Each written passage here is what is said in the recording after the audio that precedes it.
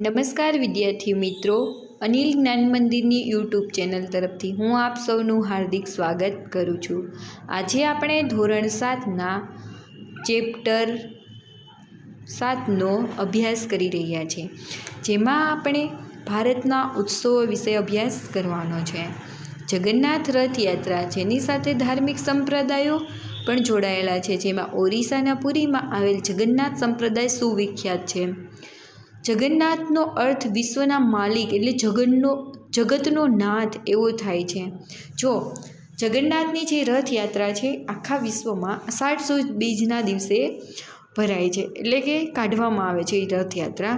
એ રથયાત્રાની અંદર કૃષ્ણ, સુદામા અને સુભદ્રા એ ત્રણેયનો રથ અલગ અલગ હોય છે, જેની આખા એટલે કે એક ધાર્મિક સંપ્રદાય છે, એ આખા ભારતની અંદર છે ધામધૂમથી ઉત્સવ ઉજવવામાં આવે છે। અને જગન્નાથનો અર્થ છે એ વિશ્વનો માલિક એટલે કે જગતનો નાથ એવો થાય છે, જે વિષ્ણુ શબ્દનો સમાનાર્થી છે। કોનો સમાનાર્થી છે? તો કે વિષ્ણુ શબ્દ છે એનો સમાનાર્થી છે। 12મી સદીના ગંગવંશના રાજા અનંત વર્માને પુરી ખાતે જગન્નાથ મંદિરનું નિર્માણ કરવાનો નિર્ણય લીધો હતો। જેમ કીધું, 12મી સદીના ગંગવંશના રાજા અનંત વર્માએ પુરી ખાતે જગન્નાથ મંદિરનું નિર્માણ કરવાનો નિર્ણય લીધો હતો। જો તમને એમ પૂછાય કે જગન્નાથ મંદિર છે એનું નિર્માણ કોને કરાવ્યું હતું, તો કે 12મી સદીની અંદર ગંગવંશના રાજા હતા। કયા રાજા? તો કે અનંત વર્મા। એની છે પુરી, જગન્નાથ ઓરિસ્સાની અંદર આવેલું જે પુરી છે એ પુરી ખાતે છે મંદિરનું નિર્માણ કરાવ્યું હતું। ઈસવીસન 1230માં રાજા અનંગ ભીમ, ઈસવીસન 1930ની અંદર રાજા અનંગ ભીમ છે તેની ત્રીજાએ પોતાનું રાજ્ય છે જગન્નાથને અર્પણ કરી તેમનો જ જે પ્રતિનિધિ તરીકે ઘોષિત કરવામાં આવ્યો હતો। સૌપ્રથમ છે અનંત વર્માએ છે એ જગન્નાથ મંદિરની સ્થાપના કરી હતી। કઈ જગ્યાએ?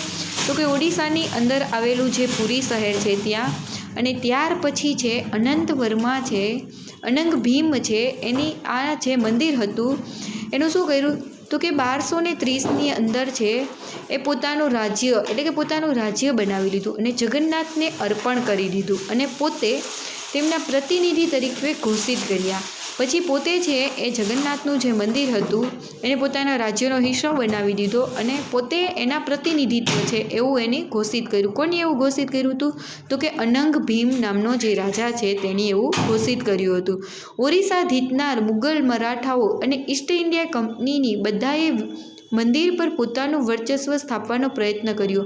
જેમ કીધું, ઓરિસ્સાને જીતનાર જે મરાઠા રાજાઓ હતા એની અને ઈસ્ટ ઇન્ડિયા કંપની છે એની પોતાનું વર્ચસ્વ છે એ જમાવવાનો પ્રયત્ન કર્યો હતો જે મંદિર છે એના ઉપર।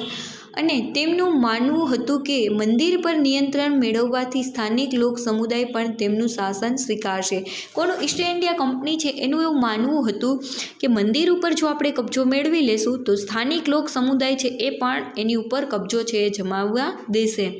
પુરીમાં પ્રતિવર્ષ એક વિશિષ્ટ રથયાત્રાનું આયોજન થાય છે। જો પુરી એટલે કે ઓડિશાની અંદર જે આવેલું પુરી શહેર છે ત્યાં દર વર્ષે છે એક વિશિષ્ટ પ્રકારની રથયાત્રાનું નિર્માણ થાય છે, જેમાં વિષ્ણુના અવતાર જગન્નાથજી રથમાં બેસી પુરીમાં ભ્રમણ કરે છે। દેશ વિદેશથી અનેક લોકો આ ઉત્સવમાં સહભાગી થવા આવે છે। જો એમ કીધું કે ભગવાન જે વિષ્ણુ છે એનો અવતાર ધારણ કરી અને પોતે છે એ જગન્નાથ રથની અંદર છે એ બેસી અને આખી પુરી છે એનું ભ્રમણ કરે છે। દેશ વિદેશથી લોકો છે આ ઉત્સવ એટલે કે આ ઉત્સવ છે એની અંદર ભાગીદાર બને છે અને જોવા માટે આવે છે। ત્યાર પછી આપણે જોઈએ તો હોળીનો તહેવાર ભારતમાં ઉજવવામાં આવે છે, પરંતુ ઉત્તર ભારતમાં તેનું વિશેષ મહત્ત્વ છે। જો હોળી છે એનો તહેવાર છે ક્યાં ઉજવવામાં આવે છે? તો કે ભારતની અંદર ઉજવવામાં આવે છે અને એમાં ઉત્તર ભારત છે એની અંદર એનું વિશેષ એટલે કે ખાસ મહત્ત્વ છે। તહેવાર 2 દિવસનો હોય છે। હોળીનો તહેવાર છે કેટલા દિવસનો હોય છે? તો કે 2 દિવસનો। એક દિવસ હોળી હોય છે અને બીજે દિવસે ધૂળેટી હોય છે। પહેલો દિવસ હોળીનો અને બીજો દિવસ ધૂળેટીનો હોય છે। આ દિવસને આસુરી શક્તિ પર સાત્વિક શક્તિના વિજય તરીકે ઉજવવામાં આવે છે। આ દિવસે સાંજના સમયે હોળીનું પૂજન કરી હોળી પ્રગટાવવામાં આવે છે।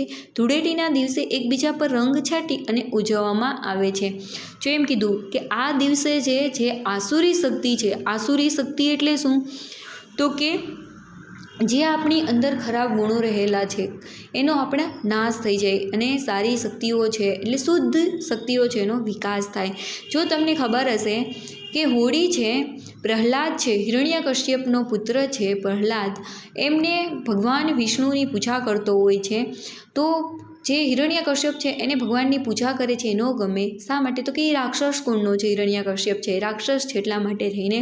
અને પછી પ્રહલાદને ધગધગતા થંભ સાથે ભેટાવે છે, છતાં પણ પ્રહલાદ બચી જાય છે.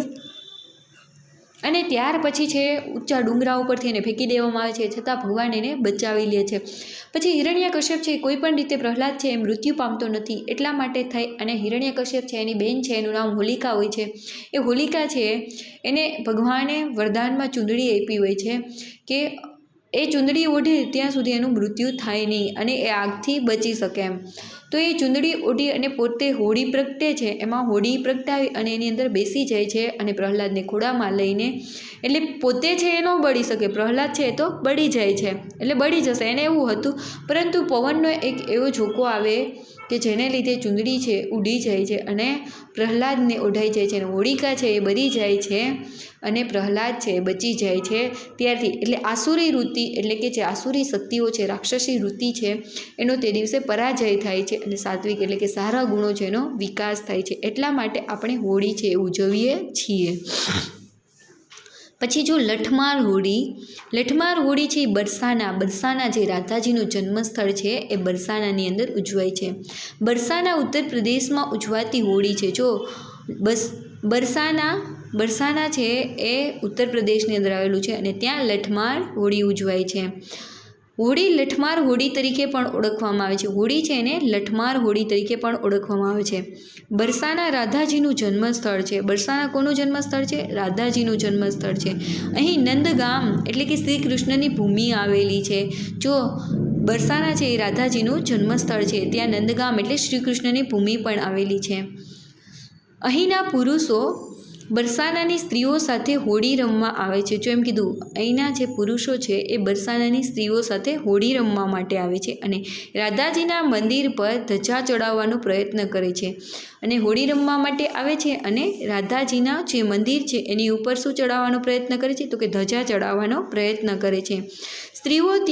સ્ત્રીઓ દ્વારા લઠ એટલે જાડી લાકડીથી પુરુષોનું સ્વાગત કરવામાં આવે છે. તેથી આ હોળી લઠમાર હોળી તરીકે ઓળખાય છે.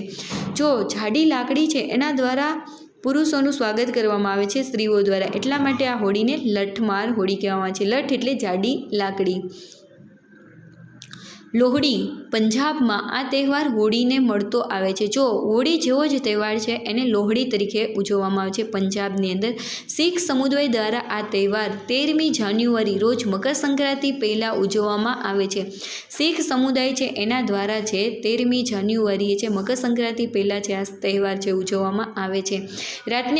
રાત્રે અગ્નિ પ્રગટાવી તેનું પૂજન અને પ્રદક્ષિણા કરી તેમાં મીઠાઈઓ અર્પણ કરે છે. આ તહેવાર અંધકાર પર પ્રકાશના વિજયનું પણ પ્રતીક હોવાનું માનવામાં આવે છે. જો એમ કીધું છે કે રાત્રે અગ્નિ પ્રગટાવી અને તેનું પૂજન કરી અને પ્રદક્ષિણા કરી તેમાં મીઠાઈઓ અર્પણ કરવામાં આવે છે. આ તહેવાર અંધકાર પર પ્રકાશના વિજયનું પણ પ્રતીક હોવાનું માનવામાં આવે છે. આ તહેવાર પંજાબ, હરિયાણા અને દિલ્હીના આસપાસના વિસ્તારોમાં વસતા શીખ સમુદાય દ્વારા હર્ષોલ્લાસથી ઉજવવામાં આવે છે. જો આ જે લોહડીનો તહેવાર છે એ પંજાબની અંદર રહેતા શીખ લોકો છે એ અને એની આસપાસ છે એ હરિયાણા અને દિલ્હીની અંદર રહેતા શીખ લોકો છે એ ખૂબ જ ઉલ્લાસ અને હરખ અને ખુશીથી આ તહેવાર છે એને ઉજવે છે. પોંગલ એ તમિલનાડુ રાજ્યનો મુખ્ય તહેવાર છે. તમિલનાડુ ઉપરાંત કર્ણાટક અને આંધ્રપ્રદેશમાં પણ આ તહેવાર મનાવવામાં આવે છે.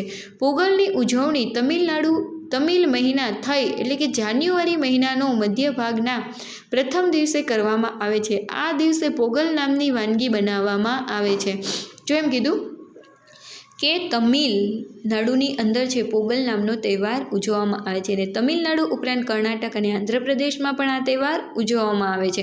પોગલની ઉજવણી છે એ તમિલ મહિનાની અંદર થાય છે. અને તમિલ મહિનાની અંદર થાઈ મહિનો, કયો મહિનો? તો તમિલ મહિનાની અંદર થાઈ મહિનો પ્રથમ, અને થાઈ મહિનાનો પ્રથમ દિવસ છે ત્યારે આ તહેવાર ઉજવવામાં આવે છે. અને પોગલ નામની છે વાનગી બનાવવામાં આવે છે. જાન્યુઆરી મહિનાનો મધ્ય ભાગના પ્રથમ જે આ તહેવાર ઉજવવામાં આવે છે.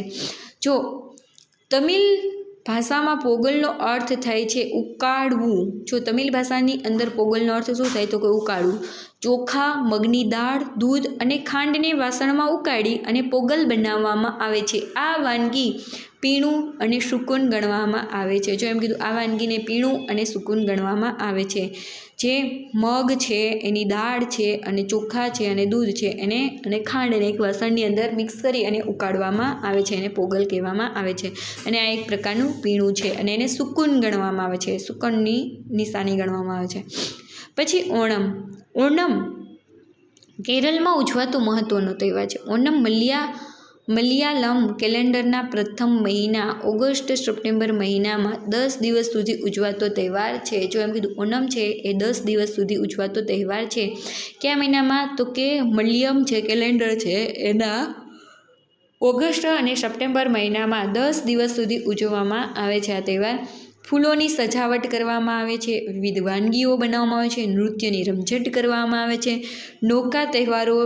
નૌકા સ્પર્ધાઓ તહેવારની વિશેષતા છે. જો એમાં નૌકા સ્પર્ધા છે રાખવામાં આવે છે અને એ સૌથી વધારે વિશેષતા છે એની. વલ્લમકાલી તરીકે પણ ઓળખવામાં, જો નૌકા સ્પર્ધા છે એને વલ્લમકાલી તરીકે પણ ઓળખવામાં આવે છે. આ તહેવારમાં સાદિયા નામનું ભોજન લેવામાં આવે છે. જે ઓણમ તહેવાર છે એની અંદર કયા નામનું ભોજન લેવામાં આવે છે? તો કે સાદિયા નામનું ભોજન લેવામાં આવે છે. અને જેની નૌકા સ્પર્ધા છે એને વલ્લમકાલી તરીકે પણ ઓળખવામાં આવે છે. આજે આપણે આ લેક્ચરમાં અહીંયા સુધી રાખી. નેક્સ્ટ લેક્ચરની અંદર ભાગ 2 જોશું.